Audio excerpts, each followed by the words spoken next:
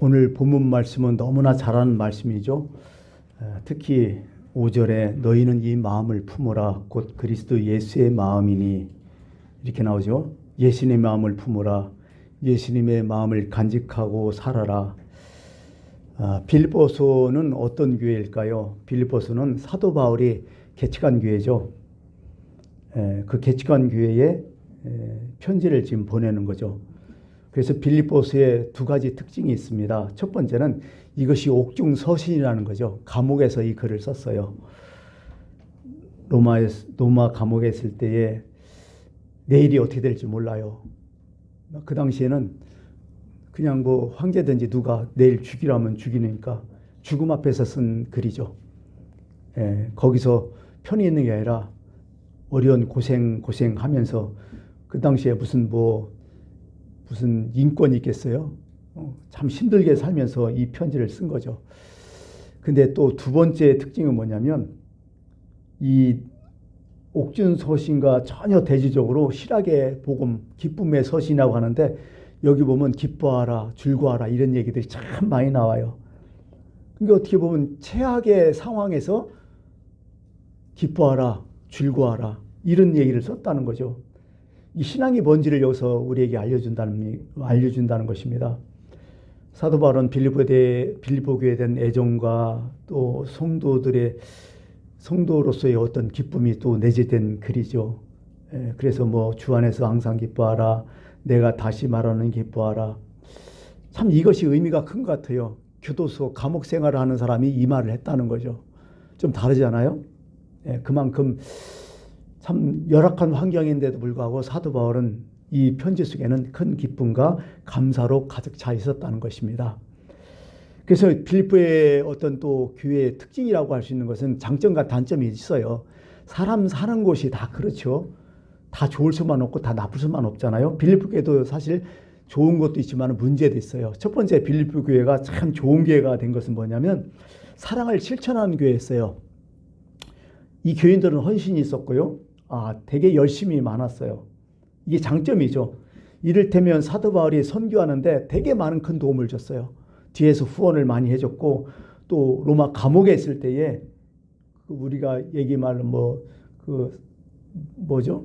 감옥에 넣는 것을 하여간 그런 것들도 많이 뒷바라지를 참 많이 하고 참 그런 일들을 숨어서 많이 했어요. 이 교회가. 근데 두 번째 특징 참 유건스러운 일이 있는데 내부적으로는 어딘가 모르게 교회가요 서로 간에 자기 잘났다고 지금 서로 간에 시기하고 질투했다는 거죠. 그러다 보니까 하나 되지 못했어요. 열심을 있어요. 헌신을 해요. 사람들이 참 똑바라요.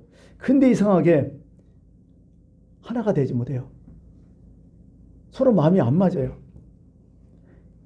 그래서 오늘 본 말씀에도 2절에서 4절에 그런 말이 있잖아요. 그게 왜 쓰냐면 마음을 같이하여 같은 사랑을 가지고 이 무슨 뉘앙스예요? 같지 않다는 거죠 지금. 뜻을 합하여 한 마음을 품어 아무 일에든지 다툼이나 허영으로 하지 말고 오직 겸손한 마음으로 각각 자기보다 남을 낮게 여기고 각각 자기 일을 돌볼 뿐더러 또한 각각 다른 사람들의 일을 돌보아 나의 기쁨을 충만하게 하라 부탁을 하잖아요. 사실 안 됐다는 거죠. 지금 문제가 있다는 거죠. 왜 하나 되지 못했을까? 왜 이런 교회가 왜 화합하지 못했을까? 왜 이렇게 서로 간에 좀 약간 그런 분위기, 서먹한 분위기였을까? 2절, 4절 내용을 좀 분석해 보면 그래요. 첫 번째, 자기 교만 있었다는 거죠. 나 잘났다는 거예요, 서로 간에. 그럼 절대로 자기 잘난 사람한테는 절대로 화합이 안 돼요. 왜? 내게 잘났는데 남 무시하죠. 그런 거죠. 두 번째는 뭐냐면 자기 우월감 때문이라는 거죠. 저마다 잘났다는데 하나 될 리가 없죠. 그래서 오늘 사도 바울은 그렇게 해요. 자기보다 남을 낮게 여기라. 영어로 하는 게 더해요. other better than. 남보다 더 훨씬 훌륭하게 생각해달라. 남 무시하지 말라. 남을 좀 인정해 줘라. 이런 얘기겠죠. 이런 거죠. 내가 제일 잘났다 하면 어떻게 해요? 항상 내가 제일 잘났다 하는 곳에는 화합이 없어요. 어느 가정, 어떤 사대, 어떤 국가든지 이런 우월감이 있으면요 참 피곤해요 서로. 뭔가 능력은 있어요, 다들. 뭔가 실력이 있고 뭔가 괜찮은 사람들이야. 그런데 이게 뭔가 안 되는 거예요, 자꾸. 이런 거라는 거죠. 이 빌립교회 교회의 어떤 특징일 수가 있겠죠. 세 번째는 뭐 다 연결된 거죠. 자기 중심적이고 자기 집약적이기 때문에요. 남 신경 안 써요. 내가 중요하죠. 상대의 처지 형편 별로 아랑곳지도 않아요. 자기 이익만 챙기고요. 자기 의견만 세우고 자기 고집만 세워요. 이거 안 되잖아요. 이랬다는 거예요. 3절에 오직 겸손한 마음으로, 이게 그래서요. 겸손한 마음을 가져라. 4절에 각각 자기 일을 돌볼 뿐더라. 이 대부분 그런 사람 있잖아요. 자기 일도 별로 안 해. 보면 자기 일도 시원치 않게 해. 근데 꼭 남이 하는 것은 참견해서 끼어드는 인간들 있잖아. 이런 피곤해요, 이게. 이 빌립교회에 이런 문제가 좀 있었다는 거죠. 자기 일 꾸준히 하고 자기 책임감 다 하면 남 신경 쓸 일 없지만은 자기 일도 변변치 못하는 인간들이 자꾸 남의 일 신경 쓰고 뭐 감나라 배나라 이런 소리 이렇게 많이 했다는 거죠. 그런 거 보면 초대교회나 지금교회나 비슷해요. 사람 사는 것이 다 뭐 특별한 건 없는 것 같아요. 그래서 이런 교만, 우월감, 자기 중심적인 생각 이거 다 버려라. 버렸으면 좋겠다. 버리고 또 버렸으니까 채워야 할 때냐. 뭘 채워라? 너희는 이 마음을 채워라는 거야. 이 마음을 채워라. 너희 안에 이 마음을 채워라. 여기서 마음은 어떤 거냐면요. 헬라말을 한번 찾아봤어요. 마음이 뭔가. 우리는 마음을 어떻게 생각했어요? 헬라말로는 이 원어로는 프로네이터라고 나오는데 영어로는 뭐 그렇게 나와요. 마인드라고 나와요. 어떤 성경에 보니까 마인드. 마인드는 보통 우리가 정신으로 이렇게 표현하잖아요. 이 정신을 가져라 이런 표현인데요. 근데 이것도 약간 문제가 좀 있어요. 킹 제임스 버전이라는 성경에는 마인드로 나와요. 뭐 have this mind 이렇게 나와요. 이것을 이 정신을 가져라 이렇게 나오는데 이것도 약간 잘못된 번역으로 나오고요. 좀 더 정확한 해석은 이렇게 나와요. You attitude should be. 마음 attitude가 뭐예요? 어떤 자세란 말이죠. 마음가짐. 그죠?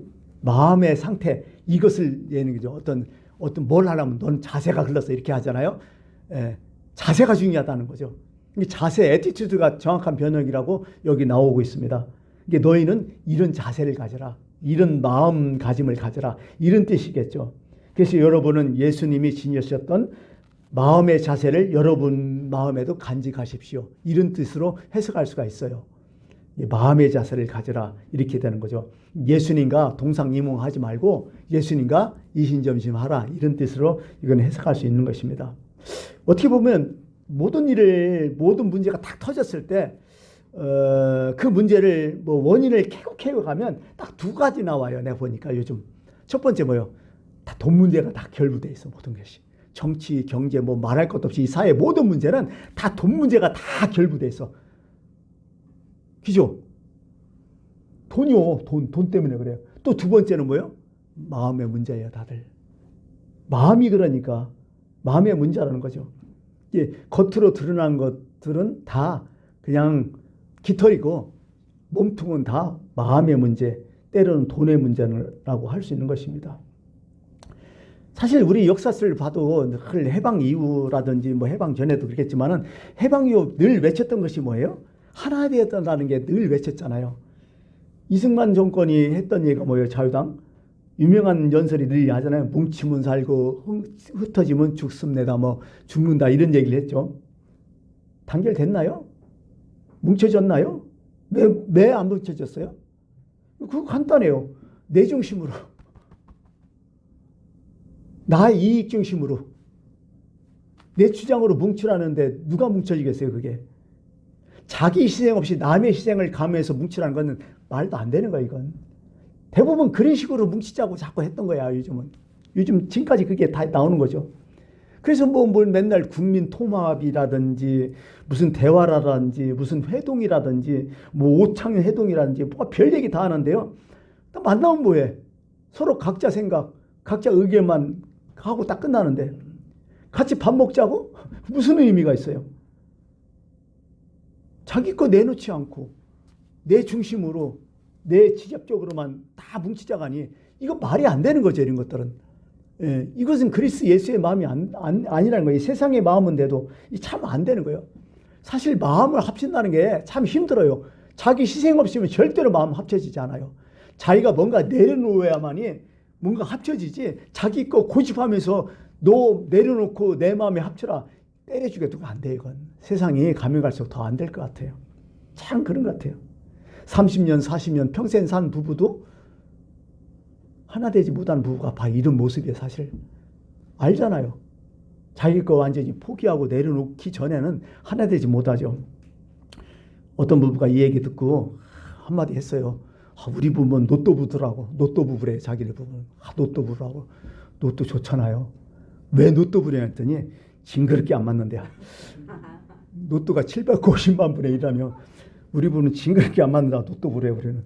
이렇게 살고 있는 거예요. 어떻게 보면 다들. 예, 문제는 마음. 자꾸 이런 얘기죠. 내 마음이 아니라 네 마음이 아니라 어떤 마음 품으라. 성경은 예수 그리스도의 마음을 품으라. 네 마음도 포기하고 내 마음도 포기하고 제발 예수 그리스도의 마음으로 돌아와서 거기에 기준 삼아서 좀 같이 화합하자, 이런 얘기를 지금 초대교회는 빌립보 교회에 좀 하고 있는 거죠. 문제없는 교회가 없죠. 사실은. 재미난 얘기가 있어요. 1972년 10월 달 하면 생각나는 게 있죠. 박정희의 유신개헌. 유신개헌이 뭐예요 도대체? 유신개헌은요, 내가 영구적으로 내가 죽을 때까지 대통령 하겠다는 거야. 이게 어떻게 보면 그런 거죠. 그래서 대통령 돼도 뭐 투표도 안 하고 통일제 국민회의에서 간선제를 갖고 막 99%, 98%막 얻고, 또 국민의 기본권, 자유권 다 끝나고 대통령 권한을 딱 앞세워갖고 3권 분립이잖아 지금. 사법, 행정, 그 다음에 뭐야? 또 있죠 하나?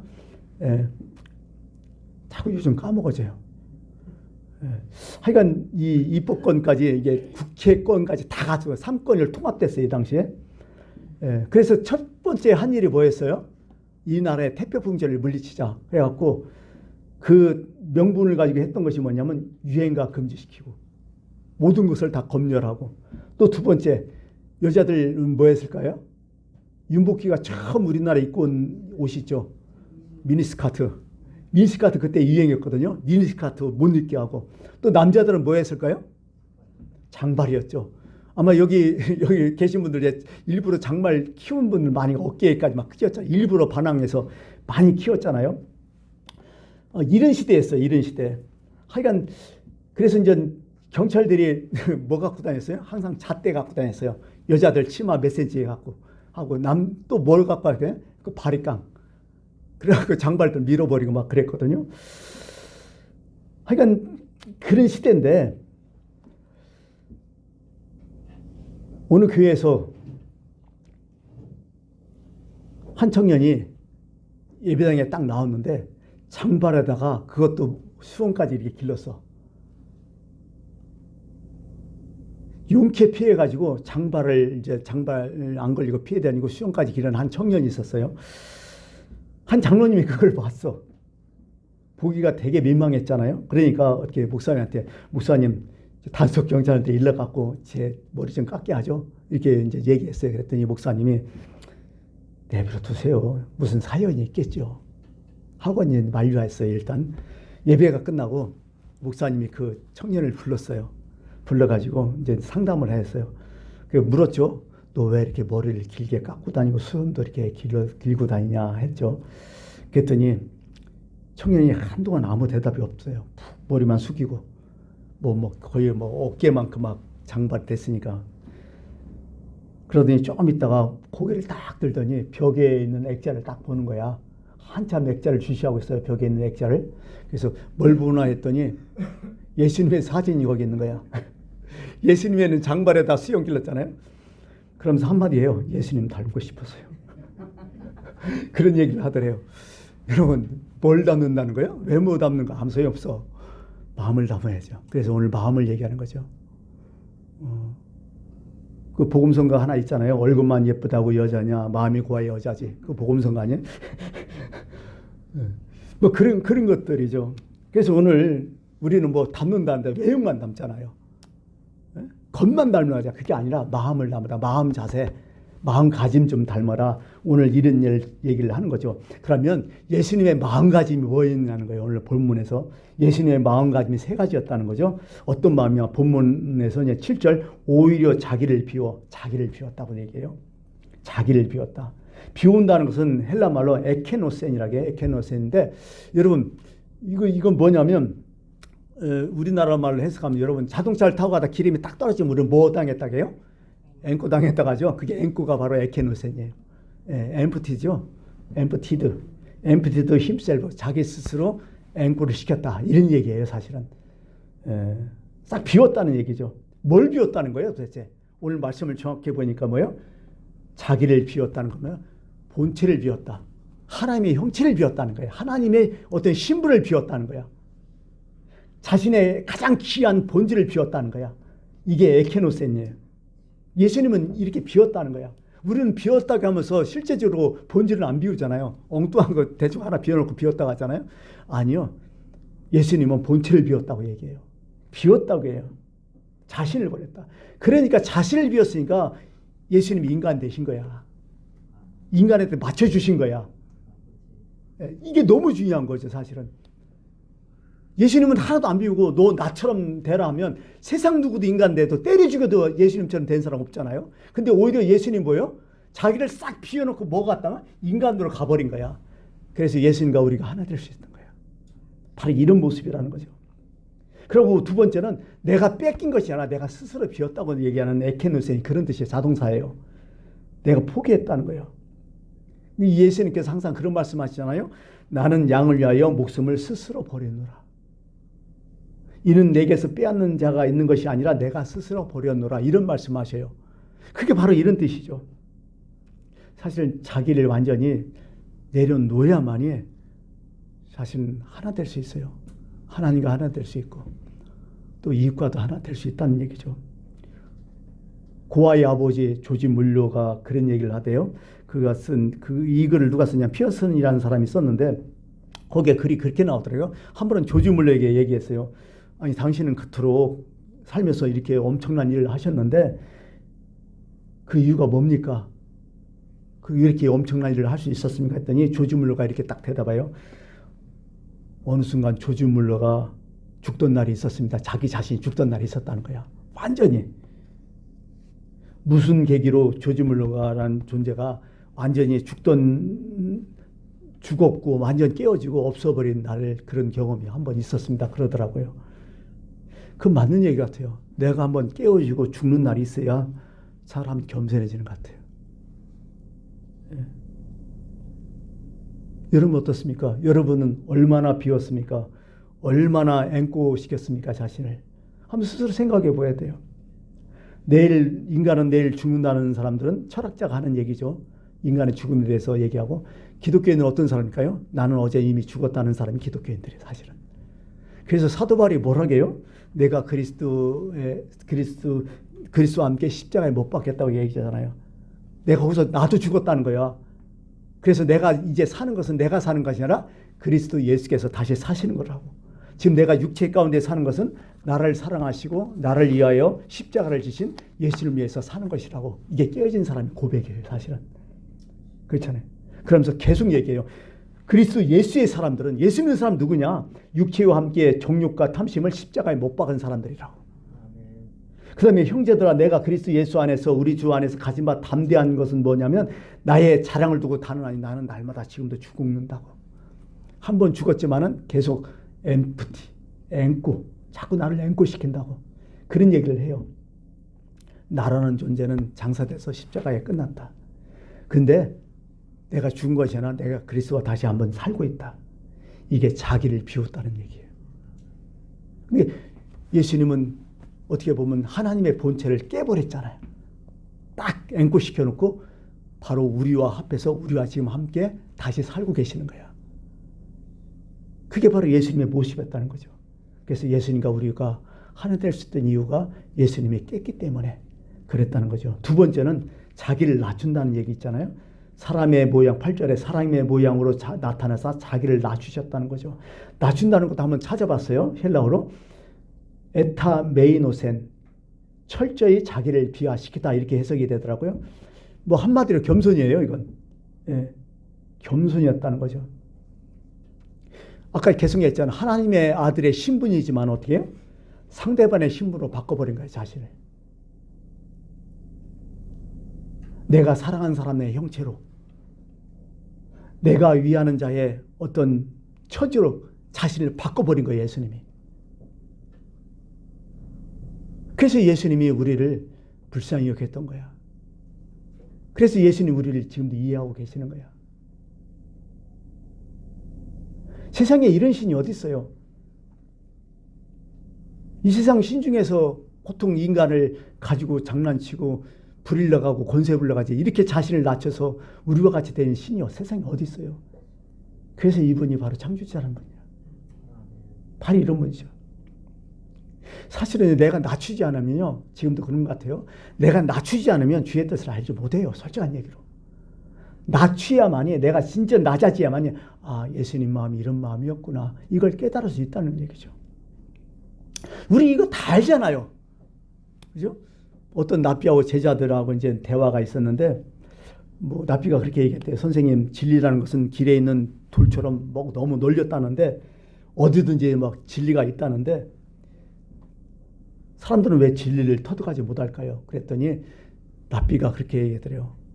진리를 터득하지 못한 것은 세상의 진리는 널려있다, 돌처럼. 근데 허리를 굽혀서 그 돌을 줍지 않기 때문이다. 누가 뭐래요? 우리가 이거 알지만 하지 않아서 그런 거 아니야, 지금. 바로 이런 뜻이겠죠. 세 번째는요, 예수님의 마음은 어떤 마음이요? 죽기까지 복종하셨던 마음이라는 거죠. 죽기까지 복종하셨으니 곧 십자가에 죽으심이라, 이렇게 해요. 죽기까지 복종했다는 뜻은 뭐냐면 무조건 복종했다는 거죠. 왜? 간단해요. 그 죽기까지 무조건 복종하신 이유가 뭐예요? 그분을 사랑하기 때문에 그래요. 다른 이유가 없어요. 내가 보니까 사조도. 어떻게 사랑하는 사람을 위해서 복종하잖아, 우리도. 진짜 하나님을 사랑하니까. 왜 우리가 하나님 말씀에 순종하지 않고 복종하지 않아요? 그분 사랑하지 않으니까 그래요. 뭘로 다 표현해, 이걸? 그분이 절대자이고 그분을 사랑하기 때문에 복종할 수 있는 거 아니에요? 여러분, 하나님을 어떻게 믿으세요? 하나님은 선한 일만 하시지만은 예수님은 그런 생각 안 갖고 계셨어요? 하나님이 하시는 것은 다 선하다고 생각했어요. 사랑하니까. 하나님이 하신 말씀 다 무조건 선한 거예요. 논리 없어요, 그건. 이렇게 절대 복종을 하셨다는 거죠, 예수님은. 뭐 전설인데요. 믿거나 말거나인데 예수님과 제자들이 높은 산에 올라가신 일이 있었대요. 그래서 예수님이 올라가시면서 그런 말씀에, 야, 니네들이 알아서 돌 하나씩 갖고 올라가라 그랬대요. 그랬더니 어떤 제자는 정말 막 그래도 막 좀 괜찮은 돌 골라갖고, 멋있고 괜찮은 돌 골라갖고 끙끙거리면서 성심을 다해갖고 그걸 어깨에 메고 올라갔다는 거예요. 또 어떤 제자는 그래도 기왕이면 이쁜 돌로 한번 골라서 가자 그래갖고 그 돌 중에서도 이쁘고 모양 있는 돌, 그래도 예수님이 시켰으니까 하여튼 마음을 좀 다해서 그냥 골라갖고 참 이쁘장한 돌 하나 갖고 올라갔고, 어떤 제자는 또 그랬대요. 생각해보니까 아이고, 이걸 왜 무겁게 왜 갖고 올라가래, 올라가는 것도 힘든데 그냥 그래서 대충 하나 그냥 대충 짚는 대로 올라갔고, 어떤 제자는 이렇게 했다 하더라고요. 에이, 산 위에도 돌 잔뜩 할 거 아니야? 그러니까 그냥 지금 그냥 가고 산 위에서 돌 하나 갖고 올라가자 그래갖고 그냥 올라가는 제자도 있고, 어떤 제자는 처음에는 그 무거운 돌 하나 갖고 가다가 무거우니까 또 내려놓고 중간 가다가 또 바꿔 싣고 중간 가다가 바꿔 중간 바 이런 제자도 있었다는 거야. 그 각자 나름의 이렇게 했다는 거죠. 그 마지막에 이제 납건이었죠. 예수님이 그 돌에 축사를 하셨어요. 그랬더니 다 빵이 되었대요. 성신성의껏 제대로 갖고 있는 사람은 아주 풍족하고 맛있는 빵을 있지만은 중간에 버리는 사람은 쫄쫄 굶고 또 대충 갖고 와서 설리고 그랬다는 거죠. 그게 바로 이게 이건 전설이에요. 이건 뭐 실제적은 아니고, 이게 어떤 순종의 중요성을 우리에게 가르쳐주는 아마 그 예화가 아닐까 이런 생각이에요. 어떤 마음가짐이 중요한 거죠. 왜 무거운들 끙끙거리고 힘들어도 왜 예수님 말씀에 고집고대로 왜 제자들이 가져가다, 어떤 제자가 그렇게 했을까요? 예수님을 사랑하냐 따라서 달라요. 그게 예수님 말씀이니까 이유 없어. 마음을 다해서 제일 큰 돌, 제일 이쁜 돌 갖고 올라가는 거야. 이게 마음의 자세거든요. 마음가짐이거든요. 이 마음을 품으라는 거예요. 성경은. 신앙생활도 똑같다는 거죠. 이 마음으로 신앙생활을 해야 제대로 하는 거지, 이 마음 없이는 안 된다는 거죠. 예수님도 자기 의견이 있을까 없었을까요? 예수님도 뚜렷한 자기 의견, 자기 생각이 있었어요. 예수님이 겟세마네 동산에서 뭐라고 기도해요? 아빠, 아버지요, 아버지는 모든 것이 가능하오니 이 잔을 내게서 옮기시옵소서. 이거 자기 생각이요. 자기 마음이었어요. 예수님의 본인의 뜻이었다고. 예수님도 뜻 다 있어요. 근데 그 다음이 문제잖아요. 그러나 하면서요. 내 원대로 하지 맙시고 아버지의 원대로 하옵소서. 이거요 사실. 우리도 다 뜻이 있어요. 우리 생각 다 있고요. 우리 결정 다 있어요. 그렇지만은 하나님의 뜻이 먼저 우선이라고 예수님은 생각하셨던 것입니다. 보통 애비 없는 자식이란 욕을 좀 하죠. 애비 없는 자식은 진짜 예비가 없을까요? 아버지가 없을까요? 물론 아버지가 없는 사람도 있겠지만은 그 욕이 아니겠죠. 버릇이 없다는 얘기죠. 예의가 없다는 얘기죠. 요즘 그런 느낌을 좀 받아요. 참 버릇이 없는 사람들 좀 많다. 왜냐? 자기 주관 뚜렷해요. 자기 고집도 있고요. 똑똑해요. 개성도 있어요. 그런데 버릇이 좀 없어요. 이것은 언제부터 나왔냐면 고대부터 나온 얘기야. 고대 소크라테스 그때도 요즘 젊은 놈들은 버릇이 없다고 그렇게 나와요. 다 그렇게 나오는데요. 뭐 공통된 건 하나 있어요. 요즘은 똑똑하고 능력이 있고 뭐 개성이 있고 이걸 좋다고 하지만은 사실은 마음 자세가 더 중요하다는 거야. 살다 보니까 그런 느낌을 받고 있습니다. 이제 결론을 내리면서 이렇게 했더니 어떤 일이 일어났느냐 그 얘기가 쭉 나오죠. 근데요 예수님께서 십자가를 주셨을 때 십자가 마음에 드셨을까요? 논리적으로 상식적으로 이게 합당해서 십자가를 졌을까요? 그건 전혀 아니었을 것 같아요. 우리가 부대로 이 십자가는 엉터리요. 내가 보니까 십자가는 일단 고통이고 수치고 모순이고 부조리였어요. 인류 역사상 예수님의 십자가처럼 모순되는 재판이 없었던 거야. 자 보세요. 이거 재판이 어떻게 진행돼요? 일방적인 재판이야 이건. 여러분 최소한 어떤 재판을 하면 검사가 있고 변호사가 있잖아요. 예수님에게 변호사 있었어 없었어요? 없었어요.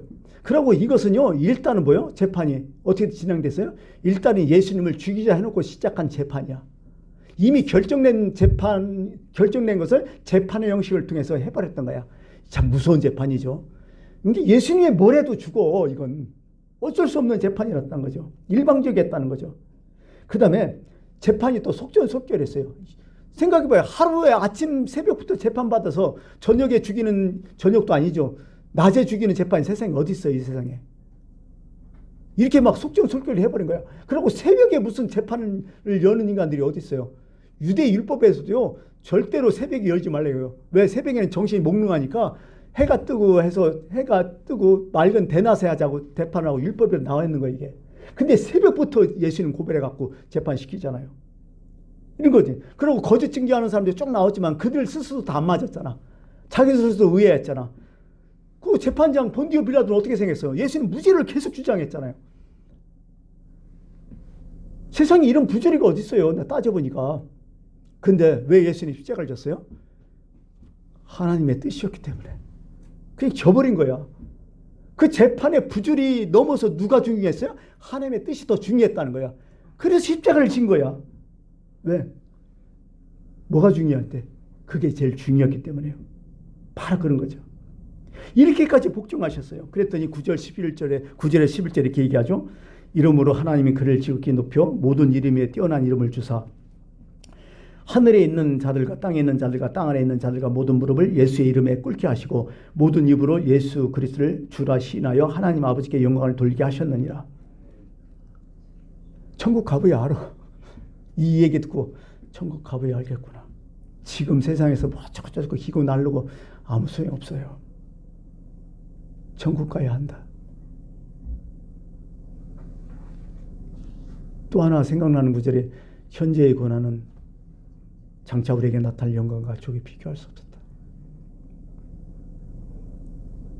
바로 이게 예수님의 마음이었죠. 자, 예수님의 마음은 뭔가요? 자기를 비울 줄 아는 마음, 자기를 낮출 줄 아는 마음, 하나님께 진정 복종할 줄 아는 마음. 이 마음을 품으라는 거죠. 마음의 자세가 중요하다는 거죠. 왜 우리가 이렇게 서로 간에 화합이 안 되고 하나 되지 못하고 왜 이렇게 세상을 비우하게 살까요? 예수님의 마음의 자세가 없기 때문에 그래요. 이런 마음, 이런 사람, 내가 낮으면 낮을수록, 내가 낮게 마음을 가질수록 누가 높여준다고요? 하나님이 그만큼 높여준다는 사실이 진리라는 얘기죠. 바로 이 마음을 품고 살아가시면 합니다. 기도하겠습니다.